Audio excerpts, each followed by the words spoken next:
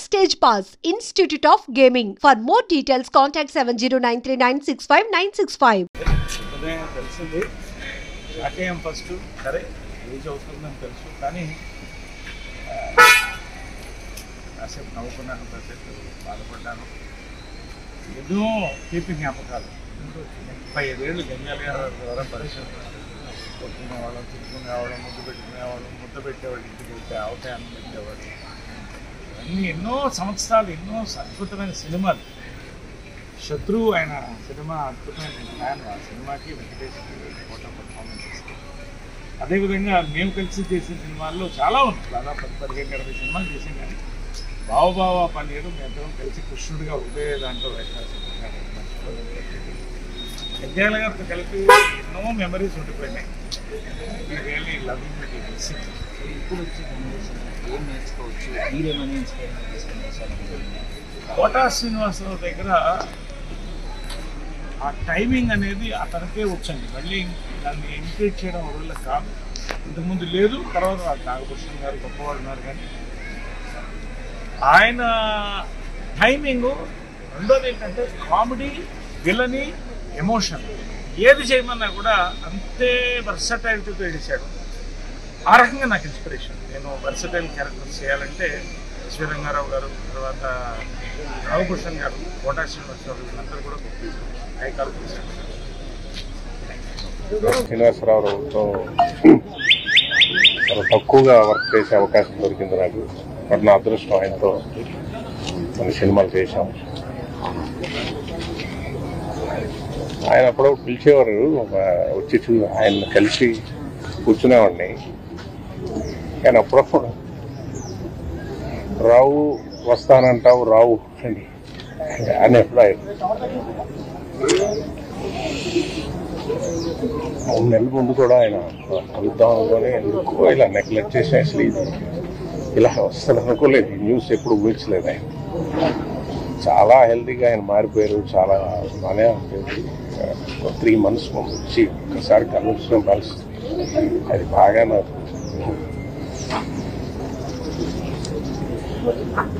ఆయన అచీవ్ చేయందేం లేదు, చూడందేం లేదు. నాతో అనేవారు, రావు నేను తాగంది విషం ఒకటే, చేయంది మటర్ ఒకటే. ఆయన అచీవ్ చేయండి అందుకొని శిఖరాలు కానీ నటుడు కానీ ఏమీ లేవు.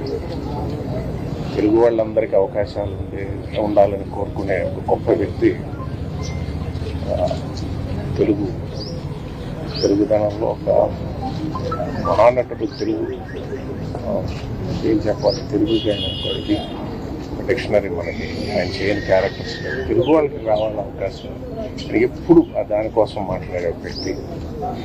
ఎప్పుడు కలిసినా ఆ ఫైర్, ఆ ఎనర్జీ అంత అచీవ్ చేసి, అన్ని క్యారెక్టర్స్ చేసి, అంత ఎదిగి, ఎప్పుడు యాక్టింగ్ గురించి, ఫైర్ గురించి, ఇలా చేసాడు వాడు, అలా చేశాడు, ఇలా చేయాల్సింది, ఇదేంటి నేను ఇచ్చేసాను, నటన గురించి 24 గంటలు అంత ఫైర్. ఆయనకి అంత ఏజ్లో కూడా ఎలాగుంది ఆయన ఒక ఆశ్చర్యం, ఇన్స్పిరేషన్ ఇచ్చే ఒక మహానటుడు. ఆయన అంటే ప్రతి ఇండస్ట్రీలోని, తమిళ ఇండస్ట్రీలో వచ్చి ఇండియన్ ఇండస్ట్రీ కోటా శ్రీనివాసరావు అంటే ఈస్ లెజెండ్.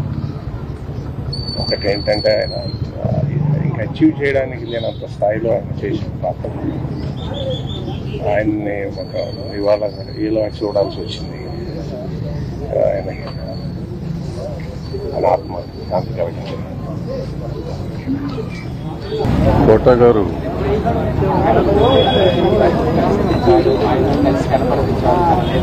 ఎవరు పోయినా మాట్లాడాలంటేనే బాధగా ఉంటుంది. ఎందుకంటే వీళ్ళందరితో ఉన్న అనుబంధం చాలా ఎక్కువ ఒక్కొక్కరితో. కానీ వాళ్ళ కోటా గారు నాకు ఆల్మోస్ట్ 86లో అనుకుంటా అరుణకిరణం సినిమాతో పరిచయం.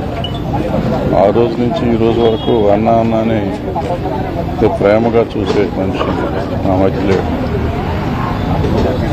ఇదే ఇల్లు, మా ఇల్లు ఎదురుగుండా ఆఫీస్ ఉండేది. నాకు దగ్గర 7-8 ఏళ్ళు ఎదురు బదురు ఇంట్లో ఉండేవాళ్ళం.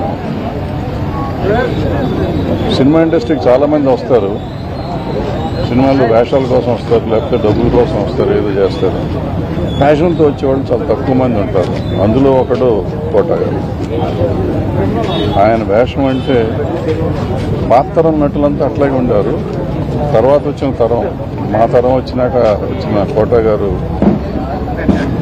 కమిట్మెంట్, క్యారెక్టర్ ఎలా ఉంటుంది, క్యారెక్టర్లో డైలాగ్ మాడ్యులేషన్ ఎట్లా ఉంటుంది, గెటప్ ఎట్లా ఉంటుంది, ఏ క్యారెక్టర్ చేస్తే ఎట్లా అని 750 సినిమాలు చేశాడు.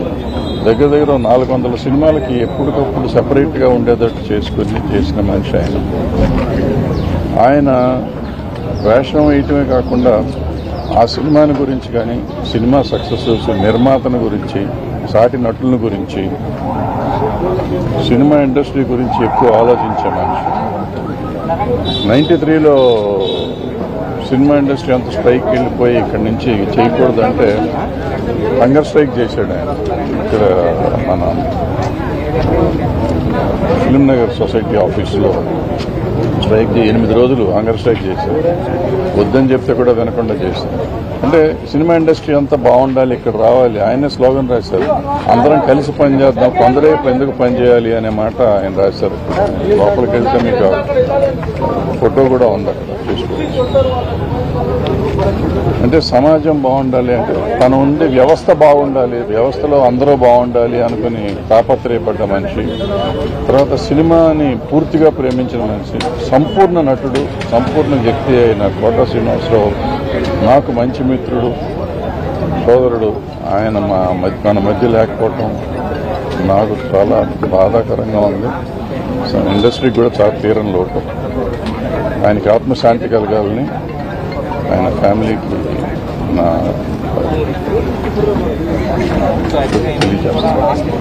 నమస్కారం.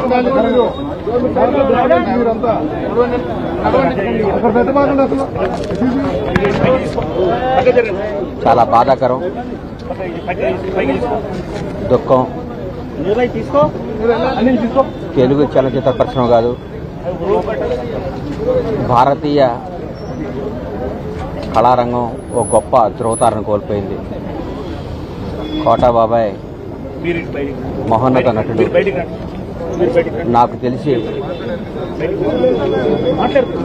ఇండియాలోనే ఒక ఫైనెస్ట్ యాక్టర్ కోట శ్రీనివాసరావు గారు. 83 ఏళ్ల వయసులో గత 20 రోజుల నాడు ఆయన దగ్గర రావడం జరిగింది. చాలాసేపు కూర్చుంటే ఆయనే కబుర్ చేసి పిలిపించారు, ఒకసారి వచ్చిపోరా అన్నాడు. వస్తే ఆయన విషయాలు చెప్పుకుంటూ వాళ్ళ మనవాళ్ళ నంబర్ నాకు ఇచ్చి, నా నంబర్ వాళ్ళ మనవాళ్ళకి ఇచ్చి, అరే ఎప్పుడు ఏ అవసరం ఉన్నా ఈ పిల్లలకు కొద్దిగా రెస్పాన్స్ ఇస్తుంటారా అన్నాడు. ముందు నాకు బాధ్యత తప్పు చెప్పాడేమో అనిపించింది. ఆ రోజు ఆయన కాలు, ఆయన పరిస్థితి చూసి చాలా దుఃఖపడ్డాను. ఎందుకంటే ఆయన నటుడుగా ఆయన చేసిన పాత్రలు, ఆయన చేసిన విధానం, ఆయన జరిగిన జీవన శైలి, ఆయన బతికిన జీవన శైలి ఓ అద్భుతం.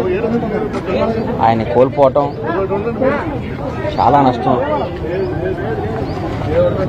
చాలా నష్టం జరిగింది కళామతలికి. ఒక గొప్ప నటుని కోల్పోయాం. చరిత్రలో ఒక తెలుగు చలనచిత్ర పరిశ్రమ చరిత్ర రాస్తే కోటా గారికి ఒక పేజీ ఎప్పుడూ ఉంటుంది. ఒక మహానటుని కోల్పోయాం.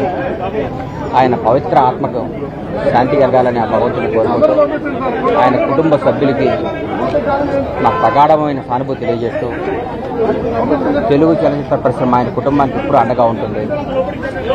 వాళ్ళ కుటుంబానికి మేమందరం ఇప్పుడు ఒక బిడ్డలాగా, ఒక ఆత్మీయులాగా నిలబడతాం.